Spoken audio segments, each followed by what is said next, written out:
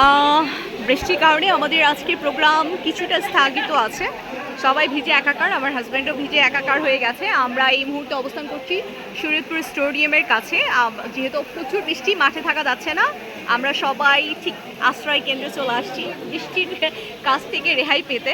Already সবাই একটু একটু ভিজে গেছে, কারণ বৃষ্টি আচমকা চলে এসেছিল, যার কারণে সবাই মোটামুটি ভেজা। এখানে 3000+ কন্টেন্ট ক্রিয়েটর, সব শরীয়তপুরের কন্টেন্ট ক্রিয়েটর।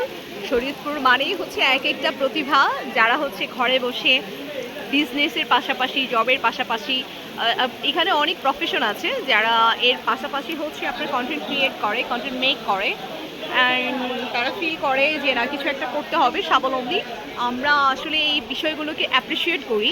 মানুষ বেকার না থেকে কিছু একটা করছে, ইনকাম করছে। এই যে একটা সুন্দর একটা ওয়েদার, এর মধ্যে হচ্ছে আমাদের এই ভেজা।